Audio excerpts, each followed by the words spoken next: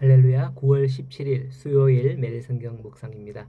오늘 말씀은 역대하 3장 1절에서 17절의 말씀입니다. 우리 인생 중에 특별한 경험을 한 장소가 하나쯤은 있을 거예요. 오늘 본문의 말씀을 보면 솔로몬이 모리아 산에 여호와의 전을 건축하기 시작했다라고 하죠. 모리아산은 계속해서 2절에 보면 여호와께서 그의 아버지 다윗에게 나타난 곳이요 여부스 사람 오르난의 타작 마당이 있는 곳이며 다윗이 정한 곳이다라고 합니다. 모리아 산에 얽힌 내용들을 생각할 때는 아브라함의 때까지 올라갑니다. 창세기 22장에 보면 아브라함은 하나님께 명령을 받아서 내 독자 이삭을 내게 번제로 바치라 하는 그 명령을 받았습니다. 우리가 이미 알고 있던 이삭은 아브라함이 100세에 낳은 아들이자 독자입니다. 그런데 하나님은 아브라함에게 그 독자 이삭을 바치라고 하는데 그것도 번제로 바치라고 합니다. 아브라함은 우리가 이미 인정하고 있던 믿음의 조상입니다.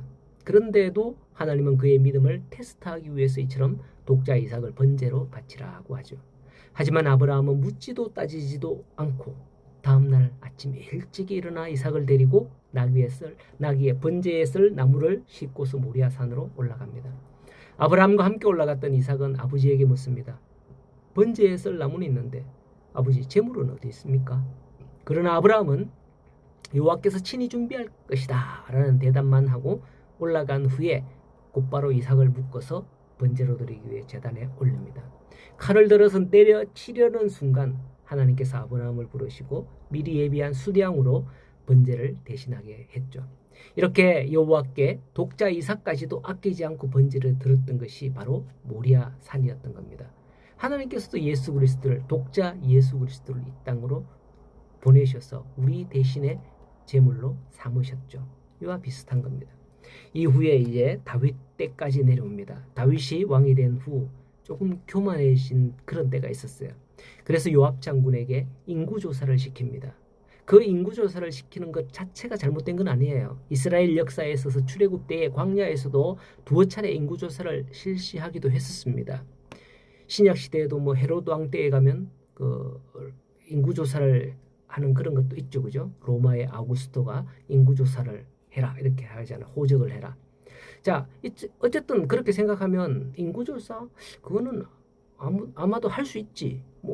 못할 문제는 아니죠. 하지만 인구조사를 하고자 했던 의도 그게 잘못된 것들. 의도가 잘못된 거예요. 백성의 수요를 헤아려서 군사력을 증강하려는 다윗의 마음이 거기에 깔려있던 겁니다. 다윗은 이 백성들의 힘으로 왕국을 확장하고 평화를 가져오려는 그런 생각을 가지고 인구조사에 들어갑니다. 하나님께서는 그것을 알고 진노해서 다윗에게 3가지 선택지를 주죠. 그 중에 다윗이 택한 것이 3일 동안 전염병이 돌 것을 선택을 했지만 그 3일 만에 7만여 명이나 전염병으로 죽자 다윗의 마음은 괴로웠습니다. 자기의 그 잘못으로 인해서 백성들이 죽어나가니 말이죠. 그때 선지자의 지시대로 여부스 사람 오르난의 타작 마당으로 나아가 전염병으로 심판하는 하나님의 사자와 마주치게 됩니다. 다윗은 오르난의 타작 마당을 값을 주고 그것을 사게 되죠. 그리고 여호와께 그게 번제로 드렸다는 것이 역대상 21장에 기록되어 있습니다. 그곳이 바로 모리아 산이에요.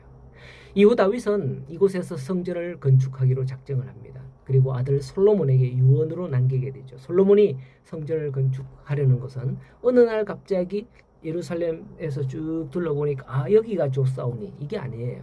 아브라함의 때까지 그슬로 올라가는 언약적 의미가 있는 그런 장소였던 겁니다. 특별히 다윗이 그곳으로 정한 이유 중에 하나는 바로 자신이 거기서 여호와를 만났더라 하는 그 장소였다는 겁니다. 혹시 여러분들은 지금까지 하나님을 내가 만났다, 내가 깨달았다 하는 그런 곳이 없을까요? 신앙생활에 있어서 그런 곳이 있어야 합니다. 물론 그런 곳을 우상화하려는 것은 아닙니다. 단지 그런 곳이 있다면 그때를 마음에 새기고 그 위에 내 마음의 성전을 건축해야 한다는 거예요. 그러면 우리 믿음은 굳게 서게 되고 흔들리지 않습니다.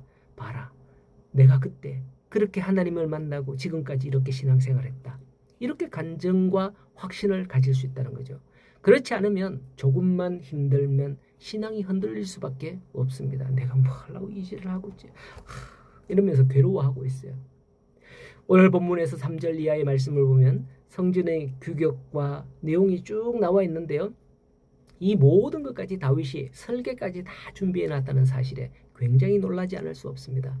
다윗의 믿음으로 말미암아 후대가 성전을 짓는 그 영광을 가져오게 되는 거죠.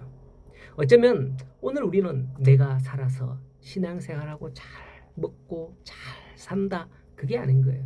이 모든 것은 우리 부모나 선대의 믿음 때문에 우리가 하나님께 복을 받은 거예요. 우리나라 형편 아시잖아요. 일제강점기 6.25를 거치면서 폐허가 된 그런 나라 아닙니까?